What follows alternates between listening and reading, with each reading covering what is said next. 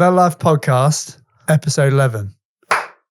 Welcome back. It's been, I don't know, it feels like it's been 6 months, but it hasn't. It's actually only been a month, which is quite a long time, to be fair. I was having a little think, and we've been doing this for like 24 weeks, which is quite a long time, actually. Yeah, somewhere around there, which is really cool. Where have you been? Dale, what you been up to? It's been a month. Well, we had to have a break, so I've been on holiday, amongst other things. So yeah, all right for some. Yeah, well, it is all right for some. Went to Majorca for a week. Hot take for anyone listening, Majorca's awful for cycling. Not because it's rubbish for cycling. It's great, but it is so full of cyclists. Yeah. It is horrendous. Like on all the famous roads, there's just so many people cycling on it. It was unpleasant at some points. And the weird thing is that this is the second time I've heard that since you've been away, of people saying, actually, it's just packed. We had a super time. I don't want anyone to think that it's not a great place. We had a lovely time. I've got nothing against Majorca. Probably won't go back. If I want to go on a cycling holiday, I won't go there. It is too busy. Too busy. Huh. And is that just noticeably busier than last time you went, which was? Ages. But I mean, there was one day where we were staying in Podiums, and we sort of went up the main climb that you go up is the Col de Femenia, and then you come down quite a famous one past the petrol station. It's called the Col de Sabataya. Coming back up that, it was non-stop. It was like a snake of cyclists. Really? 7 kilometers long. Oh. And so there are cars mixed in with them, and they can't get past. And, you know, some of them are going pretty quick and some are going pretty slow in terms of cyclists. And I just thought to myself, if you lived on the island, this is going to cause you a massive issue. Yeah. And you'll get sick and tired of all the cyclists. But it was insane how many cyclists were. The hotel we were staying at had a little room to hang bikes up. It was literally full to bursting, and there were bikes like stacked on the floor. Like they had like 30 or 40 racks, and then they were stacked on the floor as well. And that's just in a non-cycling hotel, really. It was crazy. And do you think that that's going to cause demand somewhere else? Because you've just said, I might not go back on a cycling holiday. Do you think it's going to shift that demand to somewhere else? Because I saw Sean Kelly, I was about to say I saw Sean Kelly the other day, but that sounds like I was having a quick just chat. But at the cycling show in London at Relais, he was there and he was advertising cycling and roads. He's got a little cycling holiday company thing going on roads. Do you reckon that's going to shift people elsewhere just because they don't want to go to Majorca? I hope so. I mean, Majorca's great, but it's becoming overloaded. And, you know, there are starting to be protests, aren't there, about people and tourism. It's the same in Tenerife. And I think there are other great places to go and ride your bike. Yeah. And that's part of the problem is that, you know, the pros went to Majorca. So everyone knows Majorca. Yeah. The climbs aren't overly testing. Yeah. You know, 7-8K at sort of 6%. It's not super hard. Yeah. Most people can get up it. So I think it also doesn't just cater to people like us, but it caters to the cyclists who, you know, might be new to it. It's their first cycling holiday or, you know, there's loads of sort of over 50s, 55, 60-year-olds who are there cycling as well. And it's kind of perfect for them. But I hope people do go and look at other places because there are so many great places to ride a bike, and Majorca is not one of my favorites. And electric bikes? Few, not as many. Okay. No, so I've seen more in the Alps for obvious reasons. Yeah. But the most e-bikes I've ever seen was on Mont Ventoux. I remember one day I was absolutely groveling up the hard route up Ventoux, and this woman must have been 60-ish years a day, and like just whizzed past me, and she was like, "Bonjour." I was like, absolutely groveling up, doing like 8Ks an hour. And are the pros still going to Majorca, or have they moved on? Because surely that's going to become an issue for them as well, right? Yeah, so I think there are some there. I think that you get a lot more sort of semi-pro team camps that are happening there. I think Michał Kwiatkowski was there, but I think that was because he was kind of coming back from injury. He was doing some training over there. And there are pros, there are people who are out there. Yeah. But I just don't think it's more pros now are focusing on the kind of altitude games, aren't they? And you don't get that in Majorca. Yeah. I mean, you can get solid miles in, but that's it. But I didn't see any pros whilst I was there.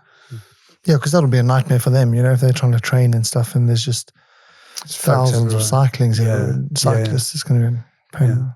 Yeah. Okay. Sammy, how's your time away been? Yeah. You've done some interesting stuff. Crazy. Pretty surreal. I got invited to Sierra Nevada in Spain, which is the kind of, the mountains near Granada. Yeah.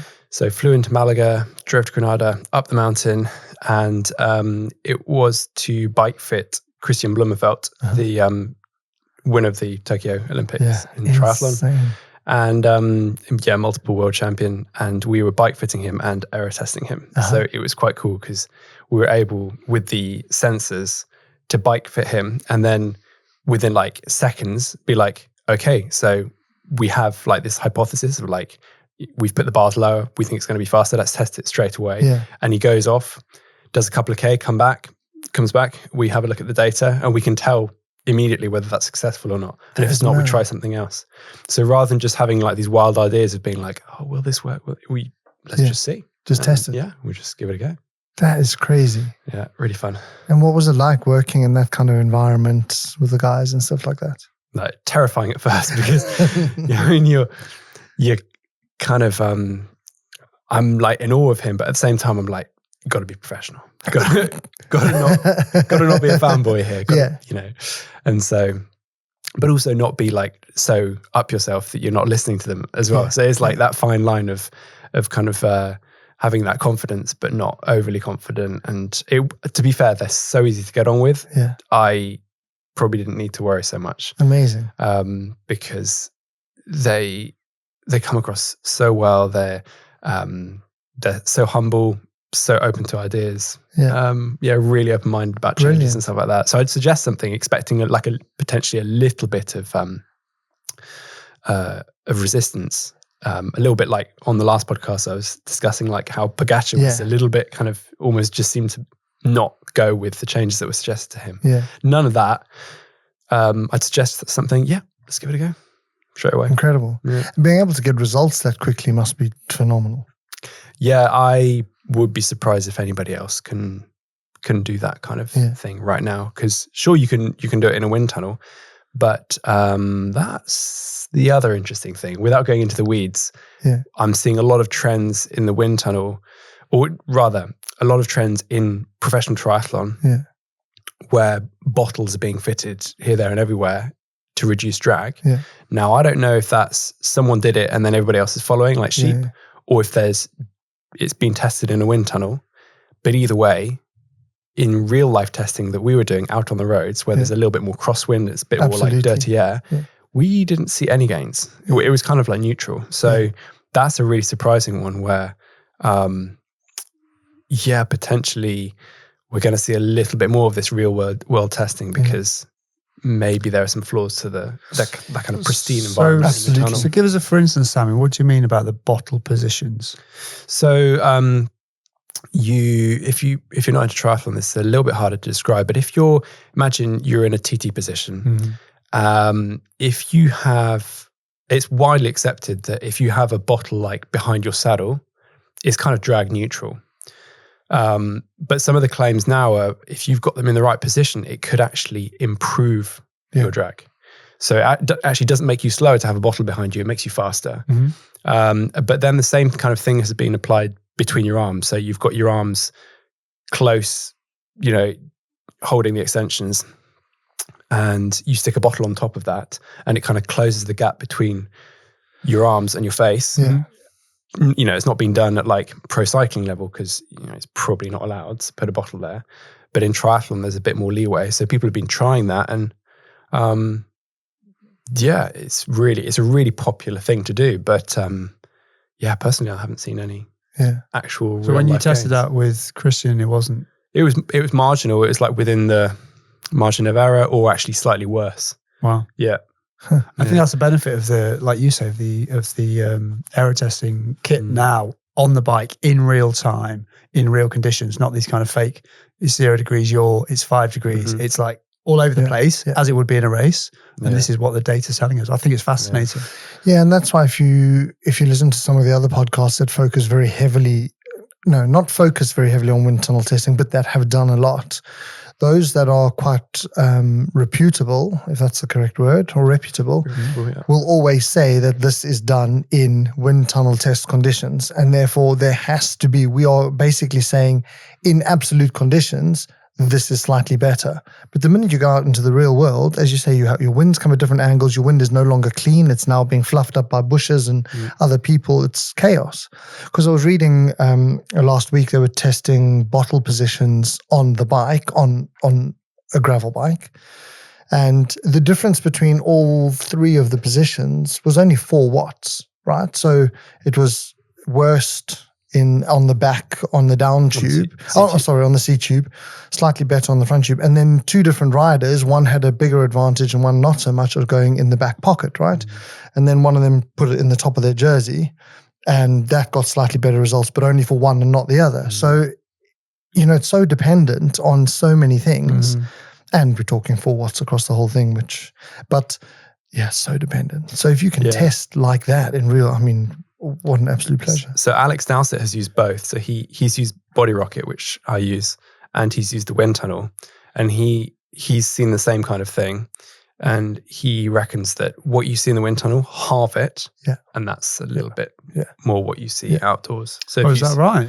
Yeah, but it's his rule of thumb. So it's not like scientific or anything, but that is roughly what he feels is legit. Wow. That if you see like 5 watts on a helmet, it's probably 2.5. So it's actually, and then you think, 2.5, is that within the margin of error? Yeah. So, and it's a bit like medicine, right? When they say it's side effects, for example, could get this, could get that. But the percentage of people that actually do get it is so dependent on every single person that it's a stat you can claim, but it only affects a small bunch of people, not the others. And I guess that's a little bit the same with aero. You can say, well, if you shave your legs, you will be faster. It doesn't really matter what you look like, who you are, you might be faster. Bottle position, maybe not so much. Unless you buy the Falcon bike. In which case you're winning at everything.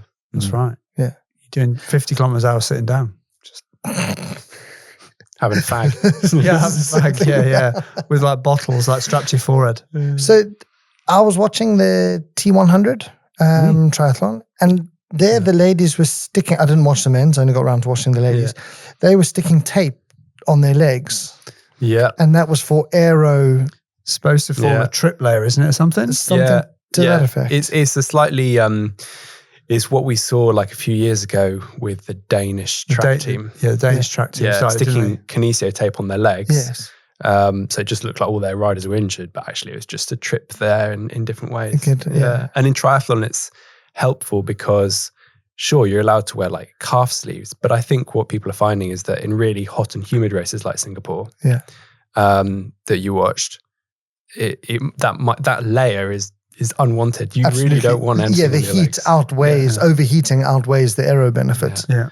And Red Bull bought Hansgrohe at Zulia Basque Country yesterday. There was a time trial. Specialized started to make the sort of shoe booties, the shoe covers, and they've actually got different patterns according to the rider now on the top. So I don't think they're all necessarily the fastest. I know that Socolo and the sock company make a variety of different socks that are purported to be faster at different speeds. So, it's really complicated, isn't it? Where you need that position, where the trip layer needs to be. It's all commensurate with the type of rider and the speed you're actually riding. Yeah, if the ribs are like close together, that's better for high speeds. Further apart, better for slow speeds in general. Yeah. It's bonkers because I was watching the video on Lachlan Morton's trip around Australia. I don't know if you guys have watched it. First and foremost, what the guy puts himself through and why is questionable. And it's just mad. He just the way he views it is crazy. But after watching the T100 and seeing the strips and knowing you had gone to bike, I was just watching him, and they've got these long straight roads. There's nothing going on other than straight. And you think aero is so important, and yet he's got his jersey unzipped, wires flapping around everywhere for his headphones, and off he goes.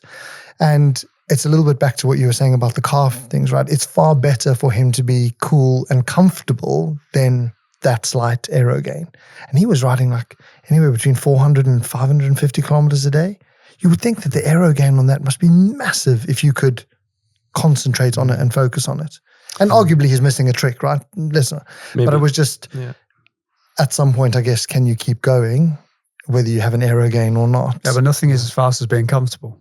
That is it. And I guess that was the bottom line, right? Well, that was actually the brief from Christian when I met him. he said, if you can make me more aero, fantastic. Actually, I want to be more powerful. Yeah. Because the course I'm doing is going to favor holding power in aero. Interesting. So if you can stay in aero and hold massive watts by being a bit more upright or whatever. Yeah. And we tried lots and lots of different things. Basically, he would take that any day. Yeah.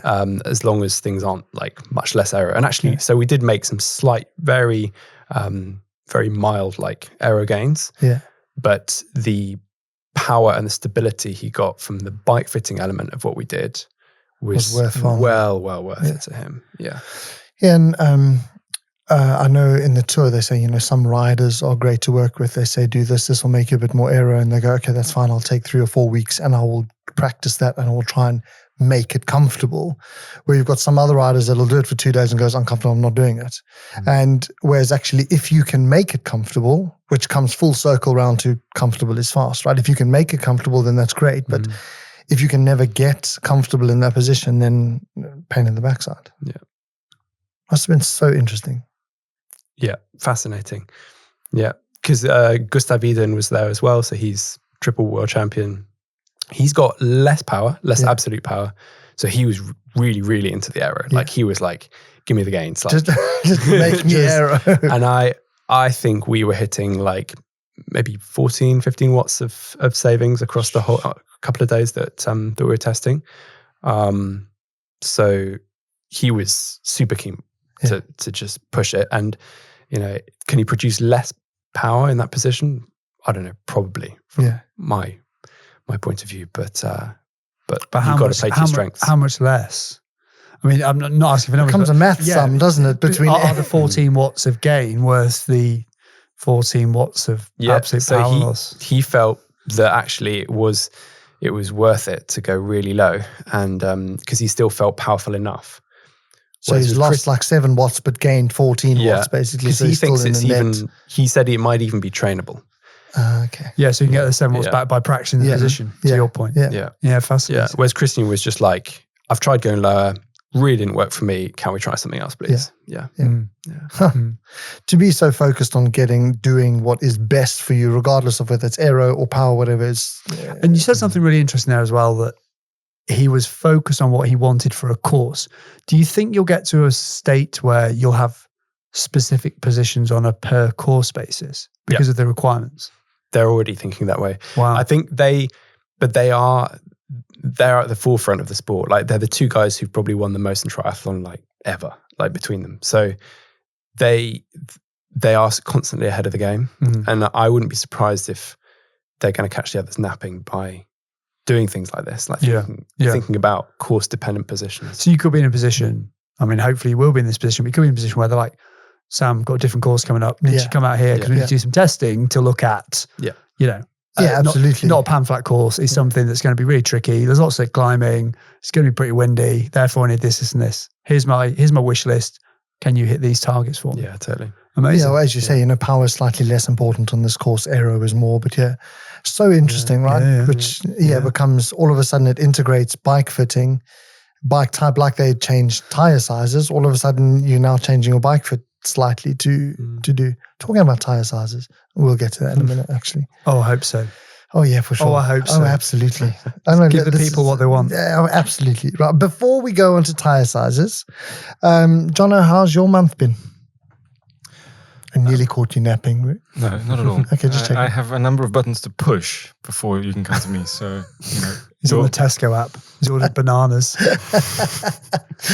What you'll I find hope they send you guavas instead of bananas. I like guavas. Okay, go. That was seamless, actually, just before you brought it up. Anyway, the weather's been nice, and my garden had to recover from the winter, so spent a lot of time in the garden, raking over the stones and putting out the plants, fixing the irrigation, Fun time. making it livable. It is fun because now we can sit outside in the sunshine, have a glass of wine or a glass of lefe. I must admit, I have really, really enjoyed the sunshine these last few weeks. Makes a difference.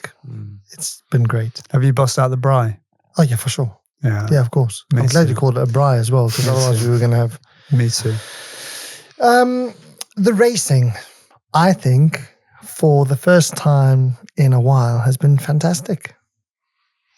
It's Is my classic personal season. opinion. The classic season is always great. But the Cape Epic was good. The mountain biking's been good. The classic season's been good. No one's made a breakaway at 60 kilometers and ridden on their own, which has been fantastic. On mountain biking, I noticed over the weekend that 2 mountain bikers got fined 800 Swiss francs for standing on the podium because the UCI. We're getting there. No, we're going to deal with the UCI in a minute. We're going to deal with the UCI in a minute. Let's just incurred the wrath of Goodwin. Let's just get there in a second. Anyway, racing. What did we think of Milan-San Remo? If you didn't watch it, that's fine. The best Milan-San Remo finish that I can remember for so long. Like everyone knew he'd go on the Cipressa. Poggi would go on the Cipressa. He went on the Cipressa. The fact that there were people able to follow him was great. It made for amazing racing. It was clear early doors that he was not going to drop Van der Poel. Yeah. That was not in a hurry. But still, the 3 of them to hold off the chasing pack. Brilliant. From the bottom of the Cipressa, essentially. Yeah. It was an amazing finish. Yeah. Best finale probably we'll have all year. Yeah, I think, well, I hope not, but it was fantastic.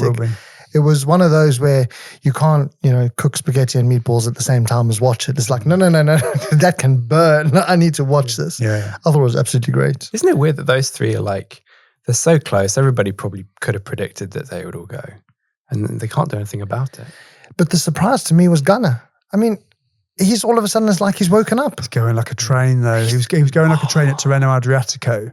He was going like a train on he's changed his time trial position. He's gone back a little bit on his time trial position to how he used to be. And if you look at him, he's super skinny. Yeah. Above the waist, he's super skinny. He's lost loads of weight. He's clearly focused on the road. There's none of this track nonsence going on. He stopped focusing on the track for the next couple of years, right? The question for me is, how good could he have been if he'd been doing this road focus for a protracted period? But I think because the changes that have happened at Ineos, they're no longer going for GC. They're only going for stages. They want victories. They want W's in the column. Yeah. I think he's part of their strategy, and I think he's pulling it out. I think he's going to be really dangerous at Roubaix at the weekend. Him and Pedersen on a flat course are looking devastating. Do you think their weight will come into their advantage versus people like Poggi? Well, I can't see on Roubaix. I cannot see anywhere where he's going to get away from them, right? Because even if he rides at top power on some of the flat sections of, he's not going to drop them because they can all match the absolute numbers. Yeah. The difference comes when he produces those numbers on steep inclines. Yeah. Look at where he went. He went on the steepest part of the Outer Quaremont. Yeah. It's 11, 12%. So he does the big numbers there and they can't hold it.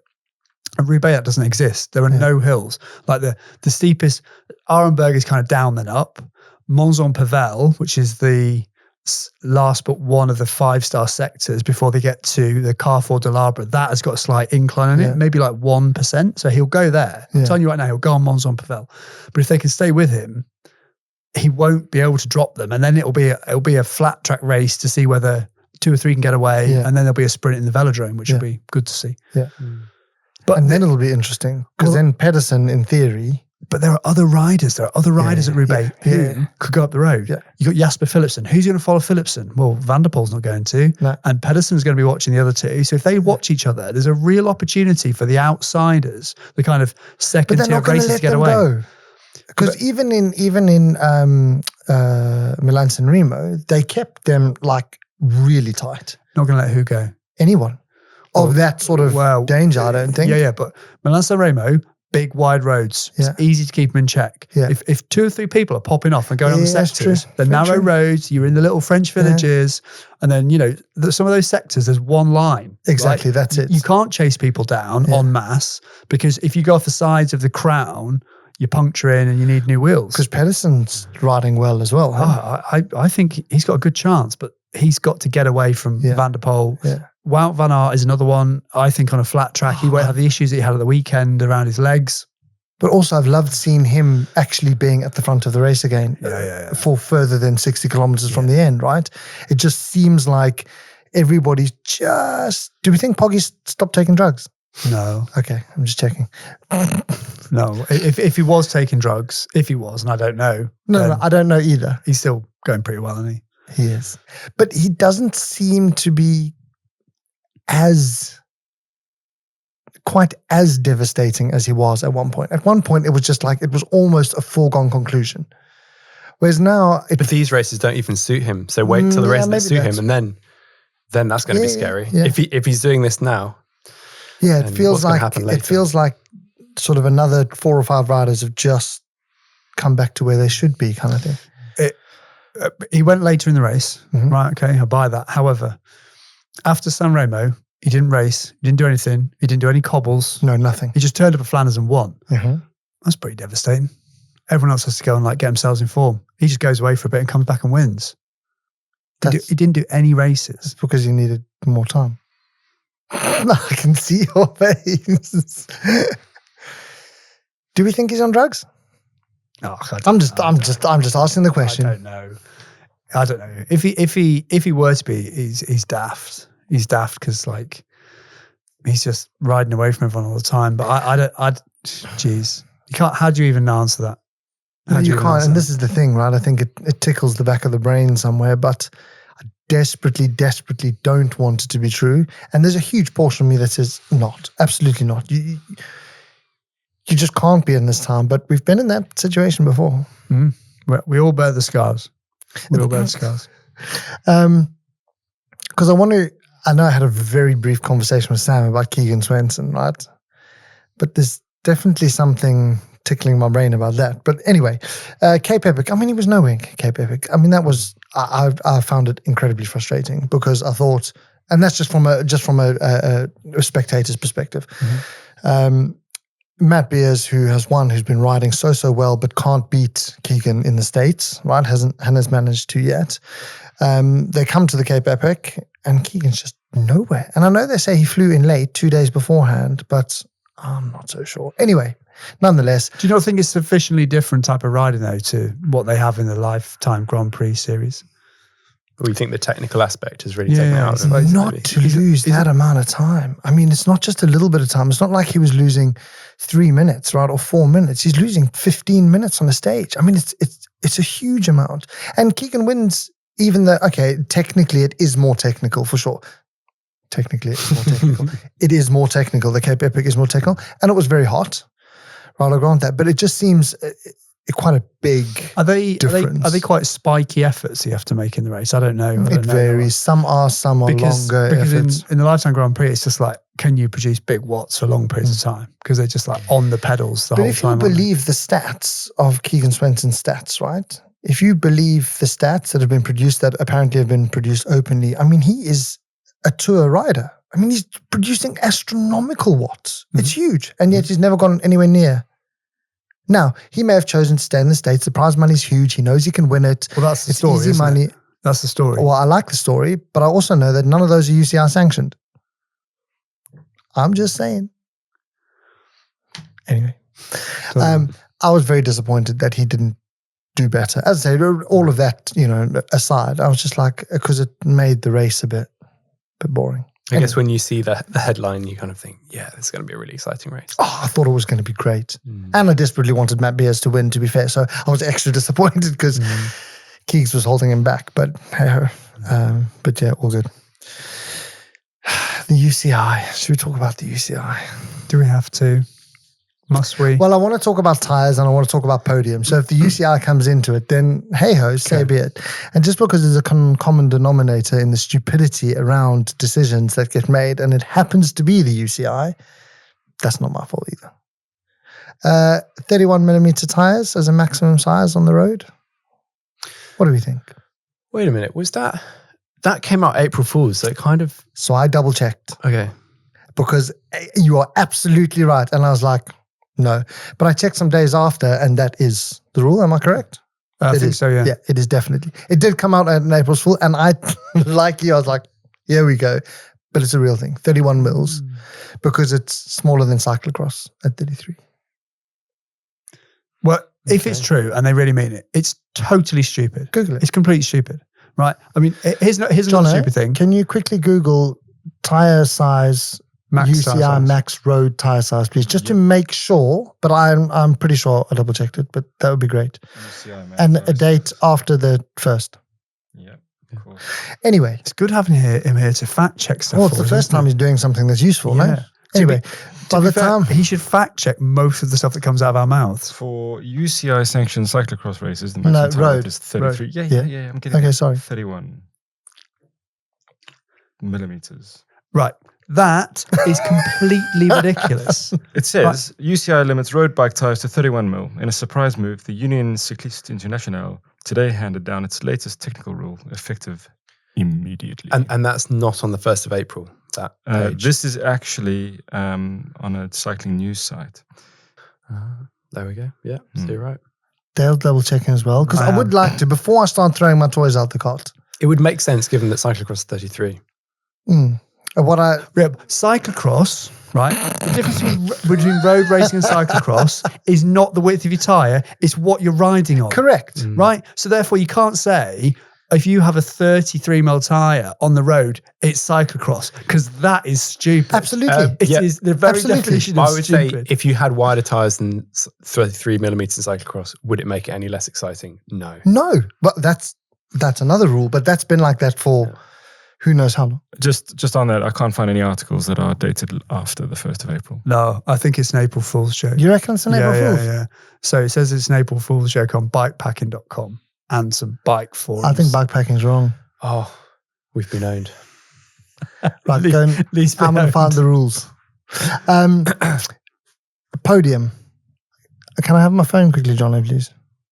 Yes. Thanks. Podium for mountain bikes. Mountain bikes. Yeah. So it was 5. Yep. Has been for many years. They've now changed it to 3 to bring it in line with all other podiums. Thanks.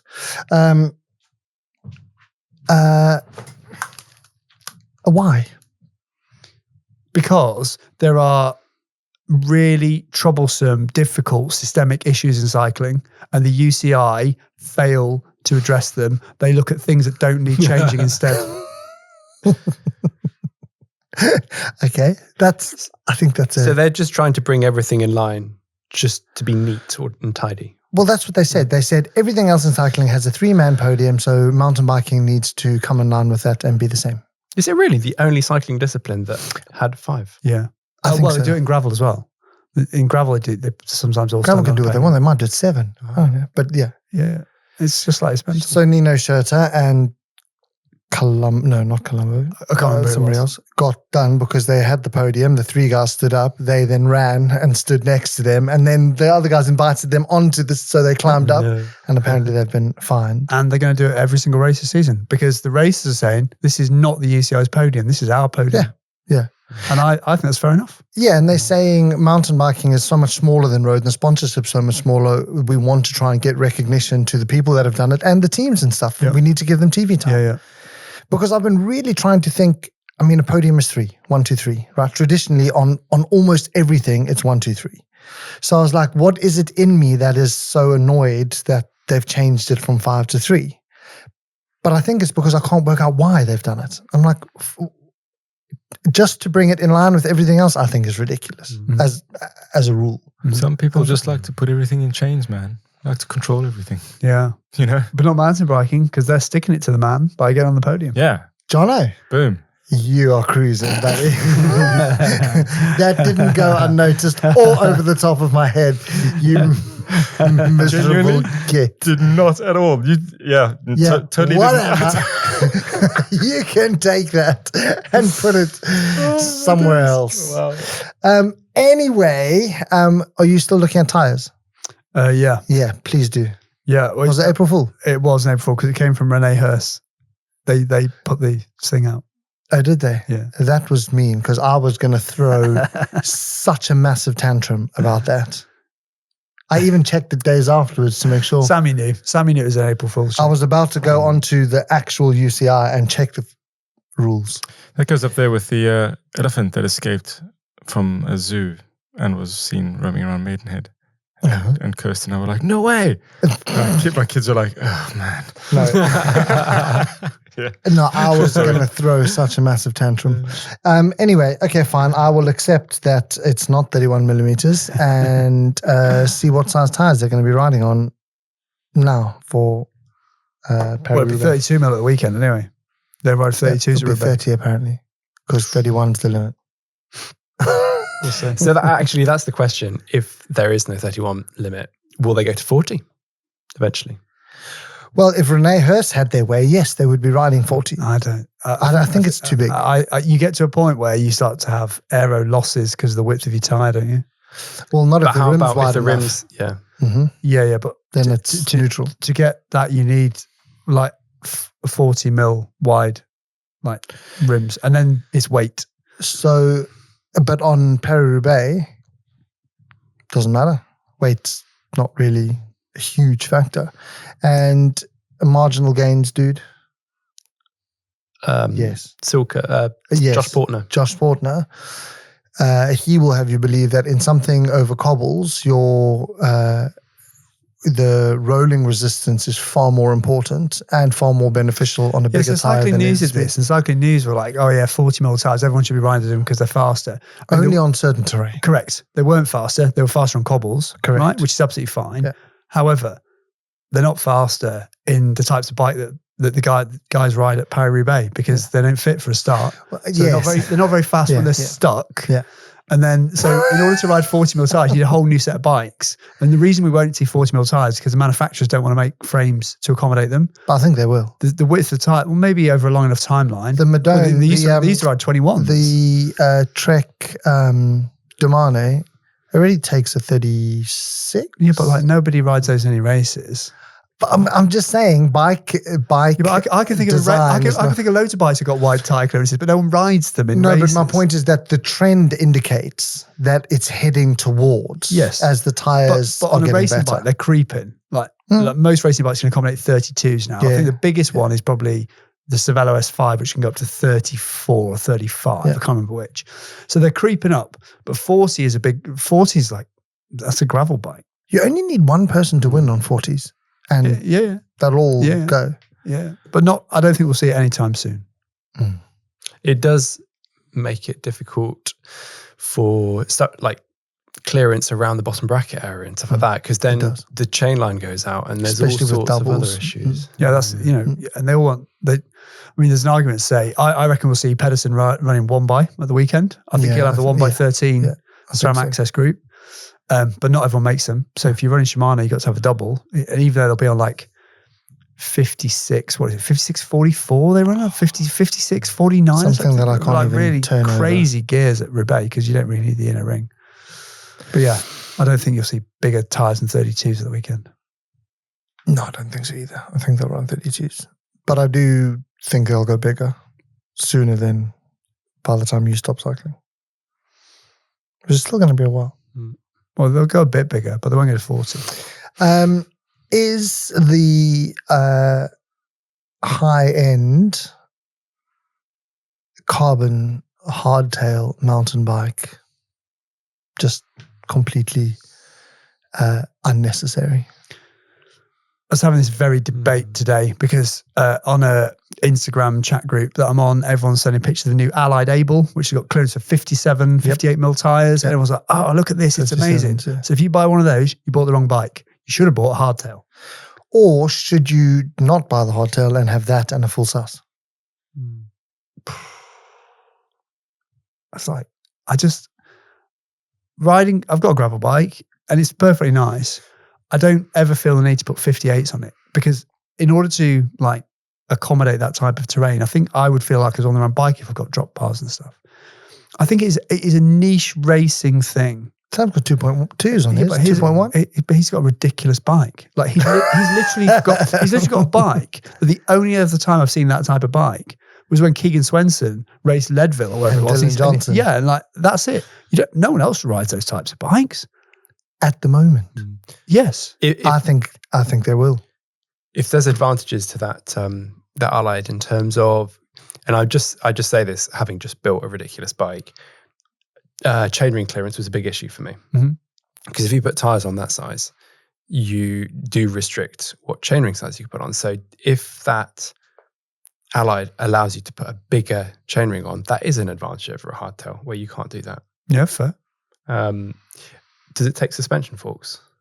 No, it's rigid. Yeah, rigid. So the geometry is optimized to be probably a little bit lower at the front. So the geometry will be quite different. It's a racing bike. But like the majority of people don't ride at 35, 38 kilometers an hour on gravel. That's what that bike is designed to do. And therefore, if I were to go out and buy that, I've bought the wrong bike. I should have bought a hardtail. Because if I need 58s and the clearance and all that kind of stuff, like that bike is completely pointless to most riders, I would say. So do you think you would be quicker on the King Alfred's Way on a gravel bike with 57mm tires or a hardtail? My initial response to that is I'd probably be quicker on a hardtail. Now, why? Because I think I'd be more comfortable. And it comes down to that. I don't think it's about the position that I'm in. I think I'd be more comfortable. Now, everyone races around. You remember when I did the South Downs Way? And you were like, should have done that. Oh, for Should sure. have done that on a hardtail. Yeah. And you were right. I should have done it on a hardtail. And I would still choose to do the King Alfred's Way on a mountain bike ride, but that's because the position I find very comfortable. Whereas for Sam, that's a bit different, right? He was probably equally as comfortable in each now, and therefore would probably find his bike with drop bars maybe a bit faster just because of the aero position. I'm just 100%. I mean, I basically built my bike for at some point going around King Alfred's Way very fast. Yeah. And I would imagine that on big tires, on a gravel bike, you would be better off. But whereas as I say, I'm a little bit the opposite. I would probably be more comfortable on a mountain bike just because I'm more comfortable on it, I guess. I just think I guess what I'm trying to get at is that line is you've got a bike, a rigid bike that can take 2.2 tires, and then you choose whether you have drop bars or flat bars on it. I guess is the point. But one of those is not necessary. And Dale reckons it's the gravel bike that can take 57mm tires. And I was just wondering, just because I was in a bike shop earlier on today, and I saw there were a couple of, carbon hardtail mountain bikes for $6,500. I was like, I agree. Who's going to buy that? No one's buying them. No one's going to buy that. That's the whole point. They're just not selling. You're either going to buy a full sus, right, which is super light and super efficient these days, and not a single person on the World Cup cross country circuit is riding a hardtail, and not a single person in the Cape Epic is riding a hardtail or any other stage race. And then you've got gravel bikes. Where does that hardtail mountain bike fit in? What is its place? Because one could argue that if you put slightly bigger tires on your gravel bike, you may have had a much better experience doing the South Downs Way, or very similar to riding a hardtail. Whereas at that time when you did it, we didn't have gravel bikes that could take big they don't tires. Have 38s. Yeah, and that you were definitely supposed to be on a hardtail. There's no two ways about it. Yeah, I would say it hurt. Yeah, but I just think that poor bike is gone. What do you reckon, Sam? I think the lines are blurred, like so blurred. Gravel bikes got more dependent, and hardtails haven't really had to evolve because they've kind of been superseded by full sus. Yeah. So, do you edit in a snippet of Blurred Lines by Robin Thicke just to tip this off? Do you not think that, because I really like a hardtail. I just really do. I've always enjoyed it. I had an old one that I rode for years and years. Do you not think it's just it'll fall out of favor and then perhaps come back? It'll be like a bit of a renaissance. I think that's a great question, because I think what will happen is, it's all very well saying you're faster because you're more aero, and I understand all that, but sometimes you're not that comfortable if you're off-road and you're on really challenging terrain, even if you've got 58mm tires.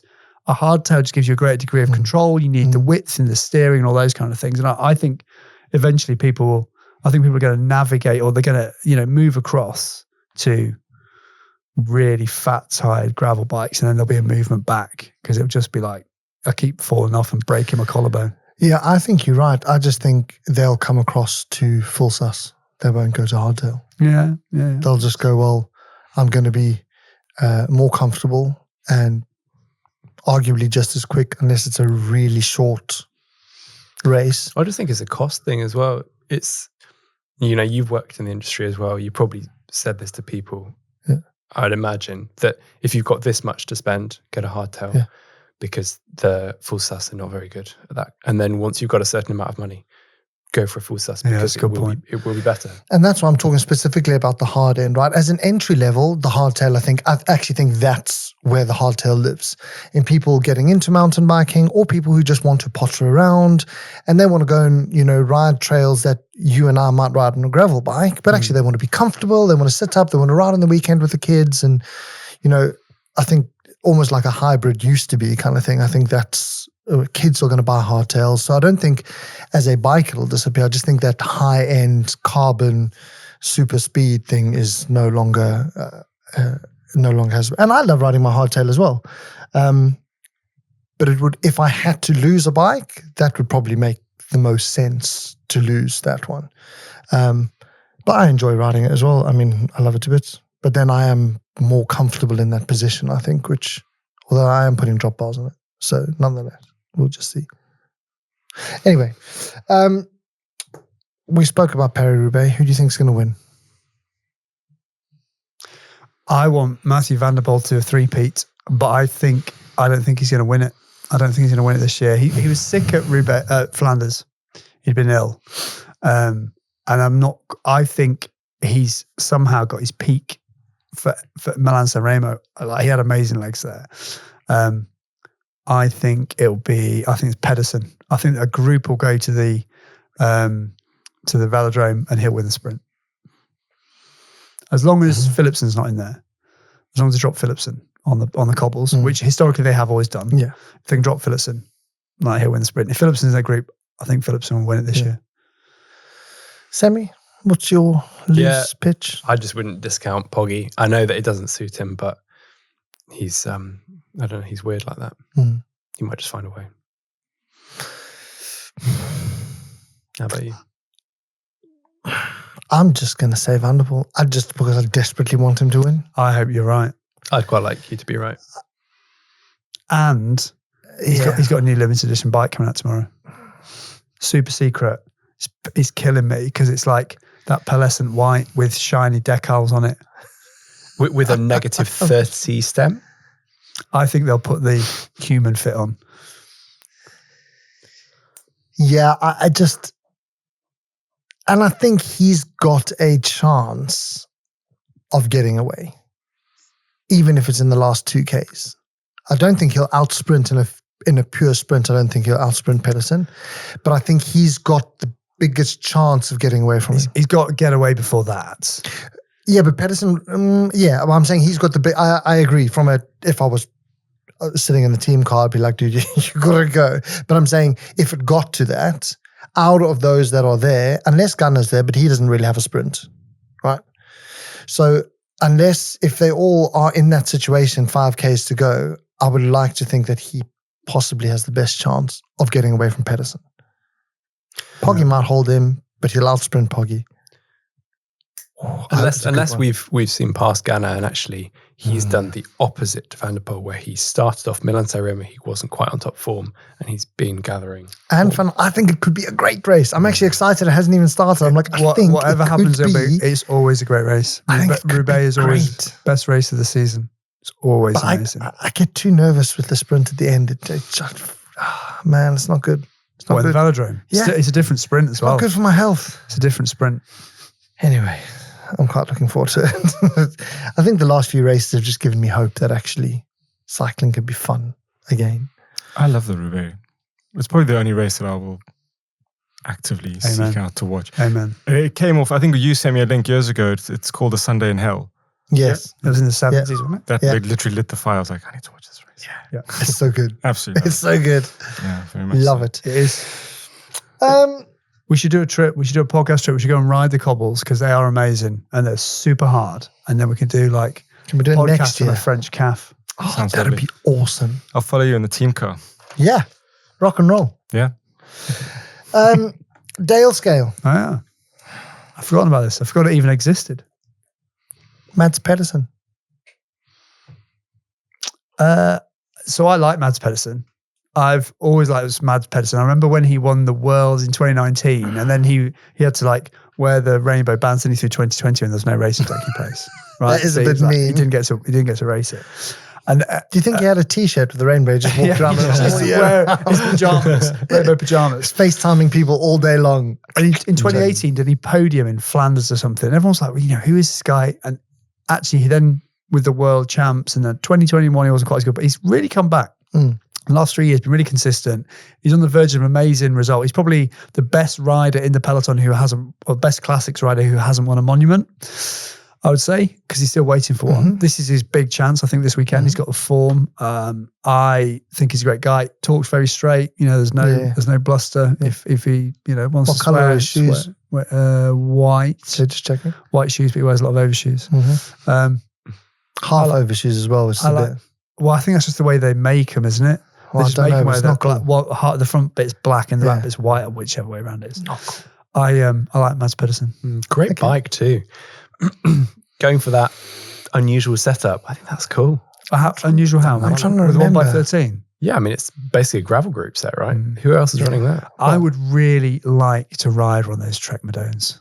They're supposed to be super cush. They look weird though. But it looks like someone's made a mistake. I'd like to ride one. I'd like to try one. I was looking at them today. From the front, when you look at them kind of sort of at an angle from the front, you think, oh, that's nice. And you move around the side, you go, what have they done? I don't mind that hole. Yeah, no, that's not cool. Put a baguette in it when you've been to the boulangerie. Or an eclair. Imagine a little baguette poking out the back of it. No, I'm not having it. Okay. Or a flute. So you quite like him. You quite like his bike. But I'm a bit... I would like to be his friend. Yeah, you see, if he was at a party, I'd say hello, but I wouldn't go and loiter. So let's consider the people in his vicinity on the Dale scale. So obviously we've got the Froome line, and then just to a little way to the left, to be fair, we've got Rafał Majka and Jonas Vingegaard. What about to the right? Just to the right, we've got Roman Bardet, Anna van der Breggen. Then we've got Cavendish and Lachlan Morton. Then we've got Vos, Wout, Van Aert, Schurter, Jens Voigt, Lotte Kopecky, and Campenaerts.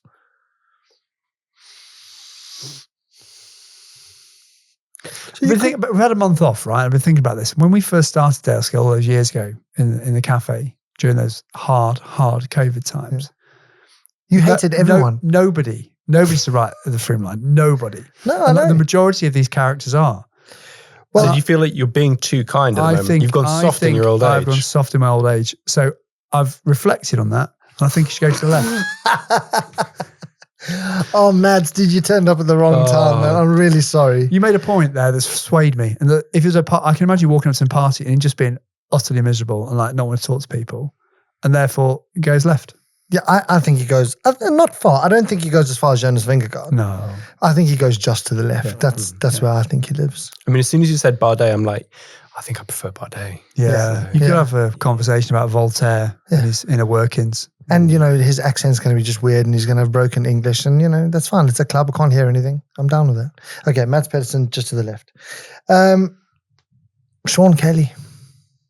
You go first. No, definitely left of the Dale scale. Yeah. I don't really, like his views. I can't really understand him either, to be fair. Sean Kelly is an absolute legend.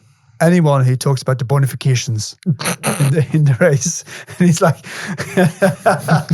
I just think Sean Kelly is the funniest commentator because he does commentate like it's still the 1970s. He definitely does. Hey, he's amazing. Even his language hasn't updated yet. No, it's exactly the same. Yep.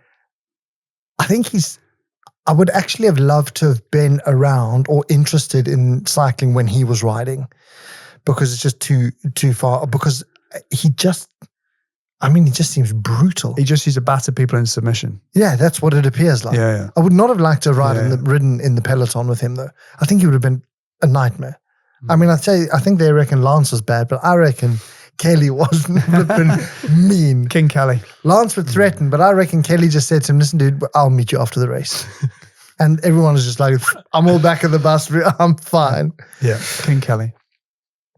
I find his commentating a bit frustrating. But I find most people's commentating a little bit frustrating at the moment, to be honest. He seems to just disagree with everything everybody else says. But unfortunately, sometimes... How many times have you won the Vuelta? Three times won the Vuelta? He's won Milan-San Remo. Yeah. He's podiumed at Roubaix, I think. Right, he's won Amstel Gold Race. Yeah. I would disagree with everyone because I know what I'm talking about if I'd won all those races. He's got a pound my way to disagree. I'm not interested. For sure. I'm not interested in what Carlton Kirby's got to say. I don't care what you think, Matt Stevens. Right? You're a nice guy. King Kelly, he's got the record.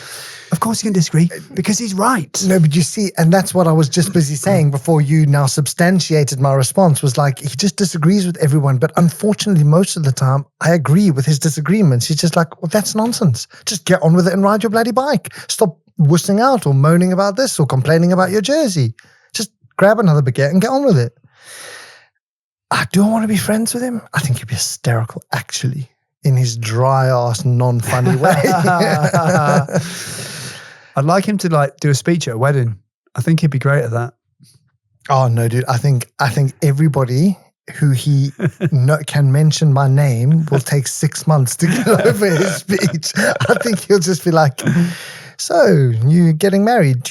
Why are you doing this? Do you actually have a good reason?" I'm just like, oh, so where's he going to go? Because this seems like a. I'll put him with Bardet. It is the Dale scale after all. I'd put him with Bardet. Like you could go hard over, but we're going to need to revisit this because there's too many people to the right of the Froome line. The Froome line is there to filter out the chaff that exists in cycling. The only thing I will say is that so far I haven't brought all the chaff because obviously, there's a lot of people in the peloton, right? What's it, 200 riders, 180 in the Tour, somewhere around there? We've only spoken about 20 maybe. And they're just current maybe riders. 22. We right? can go into. So, I mean, we could pick, other than Gunnar, who's I wanted to bring on today, but I'm going to leave him. I mean, if we picked most of Ineos, they're probably all going to be below the Froome line, right? Apart from Geraint Thomas. No, I'm just saying that's why I said most. I was clever. But you know what I mean? We've got one or two and the rest are. Yeah. So we are talking about people who have done something quite recently or something. So I think it's a little bit skewed at the moment. Yeah, that's fair. King Kelly's a legend. I would imagine that by the end of a year's worth of podcasts, this is going to start getting rather crowded. Down. Yeah. So you choose where you want to put him, as long as he's to the right. Yeah, I'll go. I'll put him there with Bardet. I reckon he'd have a couple of words to say to Bardet as well, which would be quite nice. About wearing brown shorts. Okay, I will fill him in a minute. Did you guys do the podcast? We know I did. I know you did. Because I sent the pictures to the WhatsApp group. You did indeed. And not only did I do that, for those who don't who are watching on YouTube, I sent the picture to the WhatsApp group and Jono replied telling me which supermarket I was in. That's a picture of him at work, by the way. That's not a supermarket. You didn't say supermarket. Yes, I did. Supermarket. Yeah. Oh, I forgot. In all the 4 weeks I've been away, I forgot. Sam's failed. Roman Bardet, hold on, Kelly. Let me just finish putting in Kelly here. I failed as well because, you're the winner. We have a winner. You're the winner. The first one I've won. Well done, Dale. And I was very impressed it was in a Tesco's as well. I thought that was very... Because I happened to be cycling past. Was your bike still there when you went back for it? Yeah. Did you go in just for the photo? No. Well, yes. And then I went back outside to sit with the bikes whilst Liz went and grabbed some supplies for shopping. Okay. Yeah, that was impressive. I liked that. Yeah, that I went there good. with my other half, Liz, and she took the picture and then she went and did the shopping. I did wonder because I saw the photograph was taken from quite a way back. I was like, dude, your arm's not that long. And both of them were in the photo. It's because she had to be far enough back to still be able to see the bikes. New kit, Dale. Well, it's been a month. So I've got loads of new kit. My gravel bike is currently in the bike shop having some Roval Rapide fitted. The cockpit, the Roval Rapide -5 watts integrated bars fitted on my gravel bike. Okay. Which is nice. What bike shop? One near Heathrow. Something on there. I'm having, I've finally taken the plunge and bought some new shoes. You've taken the plunge, have I bought some Nimbles. I've ordered some Nimbles. Yeah. So got some Nimbles coming. They're currently being handmade by Virgins in Italy. So when you order them, they have to make these things. They're being rolled between virgin thighs of young maidens in Italy. So expecting those to come in the next week. And then obviously there's been a few sales and bits and bobs. I wondered how long it was going to take. The other big news is I've ordered some new wheels. What wheels? So No. I've always wanted some Enves. But the problem with Enves is they're very expensive, and I don't believe they come on good hubs, right? Their hubs are not great. So I went to Strada Wheels, who hand build your wheels, and I've got some MV 4.5s coming on DT Swiss 180 EXPs. That's a nice wheel set. Yeah. That's a nice So wheel which set. bike? Well, who knows? They can go on any bike. What I didn't want, because the 4.5... Well, I can't go on one of them because you've got cam pack on that. Boo. Oh, well, they can't go. They won't fit on the old one. So it's either got to go on my C64. So I'll take the Zip 353s off that, or I'm tempted to put them on my Scott for just racing around really fast. But I've got 404s on that. Really be interested to see how you think they feel versus the Zips. So am I. I'll really be interested to see. So am I. Because I've ridden the mountain bike ones, and they definitely feel more harsh compared to the Rovals. Really? For sure. Right. It would be interesting to see. So I'd be really interested to hear how you find them. Super comfy. Yeah. I'd Really be comfy. really interested to see how they hold up against the Zips. Because I've never ridden road, as I've only ridden them on the mountain bike, and I've only compared them to DT Swiss and to Roval. And they're definitely a harsher ride than the Rovals, that's for sure. Yeah, well. I'm not actually sure I've tried enough wheels to really be able to say between any wheel I've tried what the difference is. Yeah, it'd be interesting well, until to I went see. to the tri-spoke, and then I think that's really obvious. But Yeah. Yes, it'd be really interesting to see what you think. Because that, from a build perspective, that's a nice set of wheels. Oh yeah, no, I went all out. I got exactly what I wanted. And actually they're going to come in at like 13, 15 grams, which is pretty light for 50. Well, it's 50 at the front and 56 or 58 at the back. That's pretty light. Yeah, very light. So yeah, I'm looking forward to those. Sammy, fit tip. Things you've been doing, fitting all the people. And ironically, now is when I am completely out of ideas. I've given them all away and I can't talk about it until next year. Trade secrets. Probably just get fitted before all the bike fitters, not just myself, get really busy for the summer. Yeah, now is the time when it's starting to get busy, and it's only going to get busier. Yeah. Do you find that you're really busy in the summer, hey? Yeah. That's amazing. Why do you think that is? I don't know, it's bizarre. I like, it should be the other way around, because you need quite a long time to get used to a bike fit.